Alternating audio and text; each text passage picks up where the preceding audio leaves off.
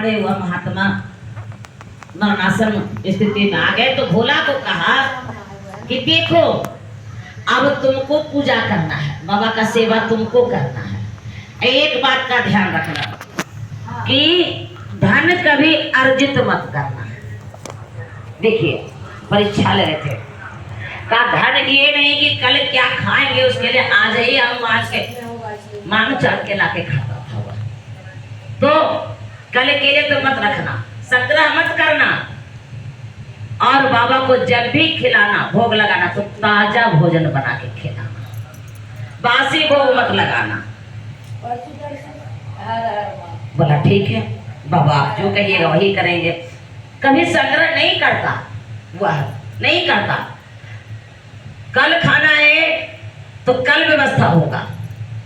अब मांगने जाए तो मिल ही जाए, कहीं ना कहीं कुछ ना कुछ मिल जाए। बरसात का दिन आया, अब बड़ा जोर का बारिश पड़ रहा है। अब कहीं मांगने भी जाए तो दरवाजा ना खोले कोई दे ना। एक दिन 2 दिन 3 दिन हो गया, अब भगवान को भी भोग नहीं लग रहा है, कुछ नहीं है ही नहीं, तो भोग कहाँ से लगेगा उनको। क्या किया, गंगा जल खाली भोला बाबा को चढ़ा दे, बेलपत्र फूल चढ़ा दे। कहा कि बाबा हम कहाँ से दें। अब आप जानिए कि आपको देखिए हमारी चिंता नहीं है, हमको आपकी चिंता है कि हम आपको क्या भोग लगाना है, क्या भोग लगा। 4 दिन से भूखा था, जब 5वां दिन होने को आया तब भोलेनाथ को दया आई। और क्या किए, एक सेठ का नौकर बन करके, आप जानते थे बाबा ना कि एक ही दिन का सामग्री लेता है, सुबह का व्यवस्था ही नहीं करता है, तो एक दिन का ही वह लेकर के आए पका हुआ भोजन। और कहा कि लो देखो फलाना सेठ ने भेजा है तुम्हारे लिए भोजन का व्यवस्था कर ले। कहा बाबा को भोग लगाना शुरू किया, भोग लगा के जो बस्ता हुआ 4 महीना तक भोलेनाथ नौकर बन करके उस बालक के लिए भोजन लाता है। तो इतने बालक को लगा कि इतना अच्छा अच्छा भोजन आता है, और उसके बाद जो है कच्चा सामग्री देने लगा। कच्चा एक ही दिन का दे कि लो तुम अपने हाथों से बनाकर भगवान को भोग ला। चावल है, दूध है, सूजी है, नाना प्रकार का सामान दे देता। तो जब 4 महीना बीता तब वह बालक उस नौकर से कहा, नौकर कोई और नहीं भोलेनाथ थे, कहा कि जो सेठ भेजता है मेरे लिए सामग्री, वो सेठ कभी कहीं नहीं आते हैं। जो नहीं आते प्रसाद पाने के लिए भेजते, तो प्रसाद पाने के लिए मंदिर आना चाहिए ना। कल उनको बोलिएगा आने के लिए, अगर वह नहीं आए तो भोग तो लगा देंगे लेकिन हम नहीं खाएंगे। जो मेरा व्यवस्था किए हुए हैं वह नहीं आते हैं तो कल हम खाएंगे नहीं। अब तो भोलेनाथ पड़ गए फेर में कि अब तो आना पड़ेगा। दूसरा दिन भोजन बना करके खीर बनाया, हलवा बनाया, सब्जी बनाया, पुआ बनाया, सब कुछ बना करके और उसके बाद भोग लगाने के लिए बैठा। और तो नौकर रूप में आए, सब सामान दिए। कहा कि तब सेठ आएंगे ना। कहाँ सेठ आएंगे। मैया पार्वती कह रहे कि स्वामी आज तो जाना है। एक रूप यहाँ बैठा हुआ नौकर रूप में, एक रूप उनका कैलाश पे है। कहा कि जाना तो पड़ेगा। कहा कि हम भी चलेंगे। वो अभी सज धज के आई।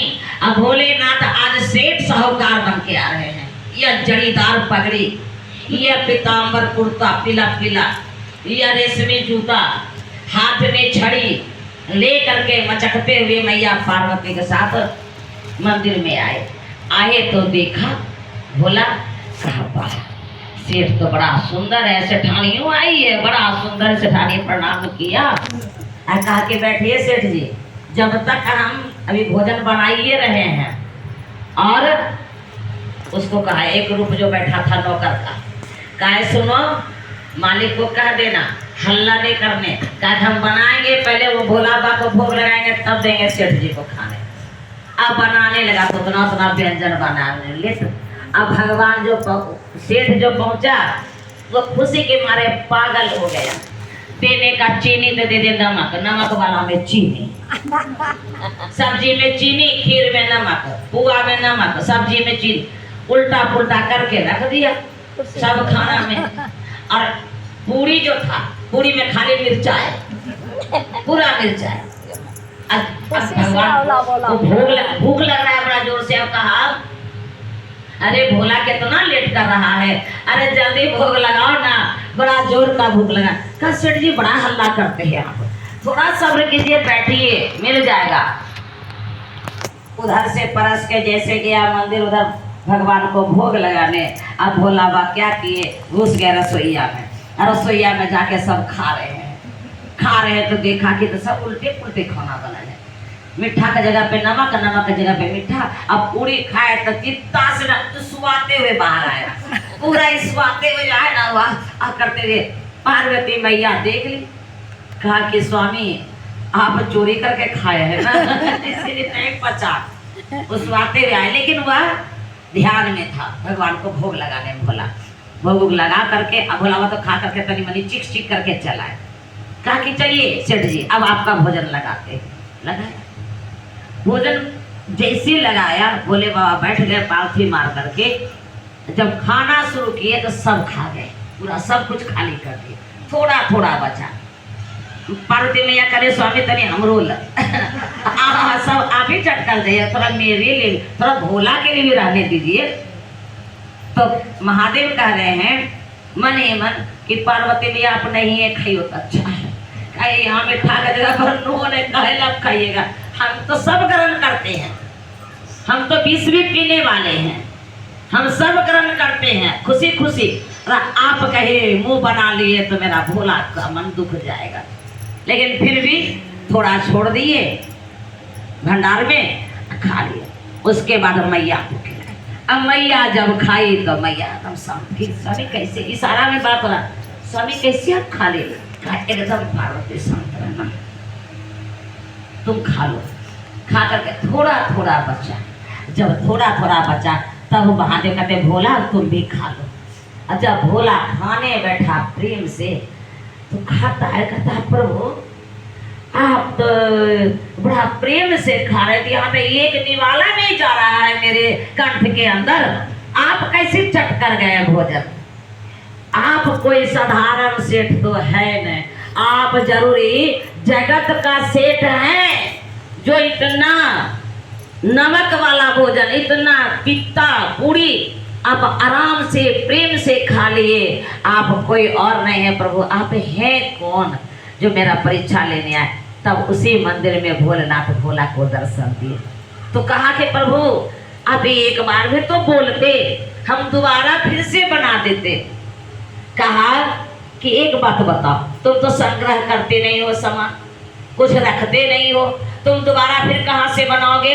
अरे एक बात बताओ भोला, अगर अब कोई अतिथि तुम्हारे आ जाए, कोई संत आ जाए, कोई महात्मा आ जाए, तो तुम क्या करोगे? वो तुम्हारे जो गुरु थे वो तुम्हारा परीक्षा ले रहे थे कि तुम सदते हो या नहीं, लेकिन तुम पार पा गए, तुम्हारा नैया पार लग गया और तुम इस परीक्षा में सफल हो गए, पास हो गए, जो तुम धन संग्रह नहीं किए। लेकिन आज से तुम कम से कम कल के लिए व्यवस्था जरूर रखना भोला, कि कोई दरवाजे पे आए तो भूखा ना जाए। तब कहा कि प्रभु जब आपकी आज्ञा है तो बस ज्यादा दिन का नहीं, मैं एक दिन का धन संग्रह करूंगा, लेकिन एक दिन का करना जरूर, ताकि तुम कल भूखा ना रहो। इसलिए भगवान बड़े दयालु, बोलिए हर हर हर महादेव।